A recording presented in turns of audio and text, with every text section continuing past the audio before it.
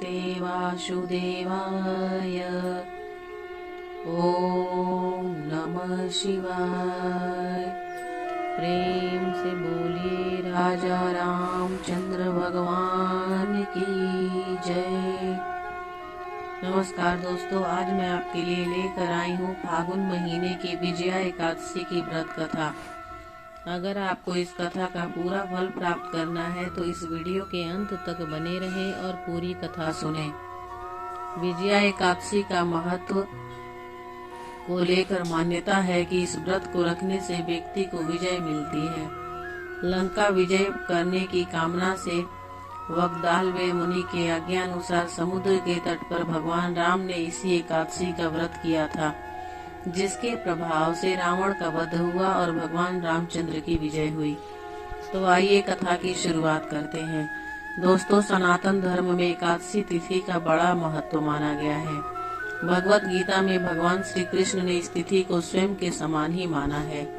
मान्यता है कि इस पावन तिथि को विधि विधान के साथ भगवान विष्णु के निमित्त पूजा और जितेंद्रिय होकर व्रत करने वाले भक्तों की सभी मनोकामनाएं पूरी होती है।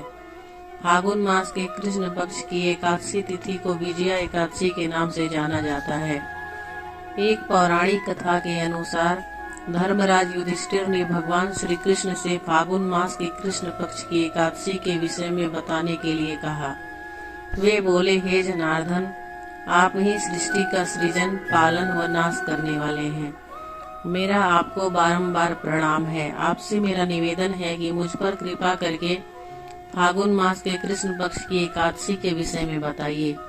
तब भगवान श्री कृष्ण ने कहा, हे युधिष्ठिर, फागुन मास के कृष्ण पक्ष की एकादशी को विजया एकादशी के नाम से जाना जाता है। इसका व्रत करने से जातक के सभी मनोरथ सफल होते हैं और उसे अपने शत्रुओं पर विजय प्राप्त होती है। फिर श्री कृष्ण ने विजया एकादशी की कथा सुनाते हुए कहा कि एक बार देव ऋषि नारद ने इस एकादशी के विषय में परम पिता ब्रह्मा जी से पूछा था। तब ब्रह्मा जी ने नारद जी को विजया एकादशी का महत्व बताते हुए कहा कि हे नारद, तुम जिस एकादशी के विषय में जानना चाहते हो उसे विजया एकादशी के नाम से जाना जाता है। विजया एकादशी का व्रत बहुत ही उत्तम और दुर्लभ है। इस व्रत का पालन करने से साधक के समस्त पापों का नाश होता है, उसे हर स्थान पर विजय प्राप्त होती है और उसकी शत्रु पर विजय होती है। ब्रह्मा जी ने विजया एकादशी की कथा सुनाते हुए कहा कि त्रेता युग में भगवान विष्णु ने मर्यादा पुरुषोत्तम भगवान श्री राम के रूप में अवतार लिया था। जब श्री राम अपनी पत्नी और भाई लक्ष्मण के साथ 14 वर्ष का वनवास भोग रहे थे, तब लंका नरेश रावण छल से देवी सीता का हरण करके लंका ले गया था। देवी सीता को कुटिया में न पाकर श्री राम और लक्ष्मण व्याकुल हो गए और उन्होंने देवी सीता की खोज आरंभ कर दी। उन्हें घायल जटायु ने दुखी होकर सीता हरण का सारा वृतांत सुनाया। सीता जी की खोज में श्री राम की भेंट हनुमान जी से हुई। उन्होंने श्री राम को अपने मित्र सुग्रीव से मिलवाया।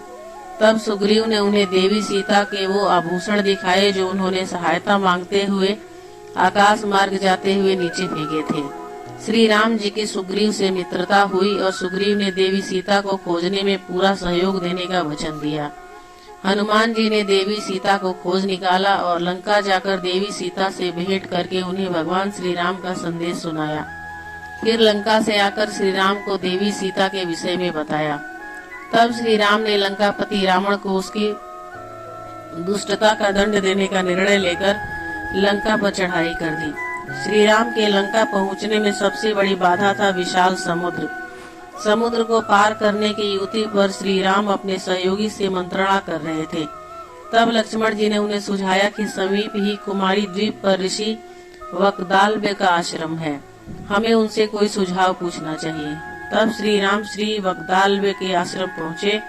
श्री राम को देखकर ऋषि वग्दालवे उन्हें पहचान गए। उन्होंने श्री राम से आने का कारण पूछा तो श्री राम ने उन्हें अपनी सारी कथा सुना दी और उनसे अपना लंका विजय का निश्चय भी बताया।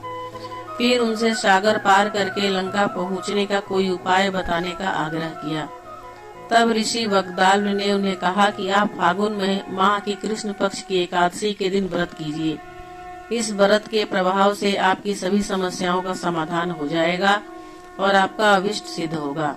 आप अवश्य ही समुद्र को पार करके राक्षस राज रावण को हराकर लंका जीतेंगे। श्री राम ने ऋषि वग्दाल से एकादशी व्रत की विधि पूछी। तब उन्होंने कहा कि एकादशी के एक दिन पूर्व अर्थात दशमी के दिन स्वर्ण या चांदी या तांबा या मिट्टी का एक घट लेकर उसमें जल भरें और अशोक के आम के 5 पल्लव रखें। एक वेदी की स्थापना करें, उस वेदी पर सप्त धन रखें और उसे सप्त धान पर घड़ा रखें। एकादशी के दिन प्रातः काल स्नान आदि नित्य क्रिया से निवृत्त होकर वेदी पर भगवान विष्णु की प्रतिमा स्थापित करके उनका पंचामृत से अभिषेक करें। धूप दीप नैवेद्य नारियल आदि से भगवान की पूजा करें। पूजा के बाद पूरे दिन और पूरी रात्रि उस घड़े के समक्ष बैठकर भगवान का ध्यान करें। द्वादशी के दिन स्नान आदि नित्य क्रिया से निवृत्त होकर उस घड़े को किसी योग्य ब्राह्मण को दान करें। ऋषि वग्दाल में बोले, हे मर्यादा पुरुषोत्तम राम, यदि आप अपने सेनापतियों के साथ इस व्रत का पालन करेंगे तो आपकी विजय निश्चित है। श्री राम ने ऋषि वग्दाल के वचनानुसार विजया एकादशी के व्रत का पालन किया। इस व्रत के प्रभाव से उन्होंने विशाल सागर को पार करके रावण को उसके बंधु बांधवों के साथ यमलोक भेज दिया और लंका पर विजय की पताका फहराई। परमपिता ब्रह्मा जी ने नारद जी से आगे कहा कि हे पुत्र नारद, जो भी मनुष्य इस विजया एकादशी के व्रत के महात्म्य को पढ़ता या सुनता है उसे वाजपेयी यज्ञ के समान पुण्य प्राप्त होता है। श्री कृष्ण ने धर्मराज युधिष्ठिर से कहा, हे धर्मराज, जो भी मनुष्य इस व्रत का विधि पूर्वक पालन करता है उसे सभी स्थानों पर विजय प्राप्त होती है। मान्यता है कि विजया एकादशी का व्रत रखने और विधि विधान से पूजा करने से विपरीत परिस्थितियां व्यक्ति के लिए अनुकूल होने लगती हैं और शत्रुओं पर विजय प्राप्ति होती है। विजया एकादशी व्रत के बारे में शास्त्रों में लिखा है कि यह व्रत करने से स्वर्ण दान, भूमि दान, अन्न दान और गौ दान से अधिक पुण्य फलों की प्राप्ति होती है और अंततः प्राणी को मोक्ष की प्राप्ति होती है। यह भी मान्यता है कि इस महान पुण्यदायक व्रत को करने से व्रती को वाजपेयी यज्ञ का फल मिलता है एवं सभी मनोरथ सिद्ध होते हैं। धार्मिक मान्यता के अनुसार यदि आपका कोई शत्रु आपको परेशान करता है तो दोस्तों, ये विजया एकादशी की जानकारी और कथा आपको कैसी लगी मुझे मैसेज करके और कमेंट करके जरूर बताइएगा। अगर आपको मेरी दी हुई जानकारी अच्छी लगी और अगर आप मेरे चैनल पे नए हैं और अभी तक सब्सक्राइब नहीं किया है तो मेरे चैनल को जरूर सब्सक्राइब कीजिए, ताकि जब भी कोई मैं नई कथा या नई वीडियो डालूं आपके पास नोटिफिकेशन जाए और आप मेरी वीडियो को देख पाएं और सुन पाएं। धन्यवाद।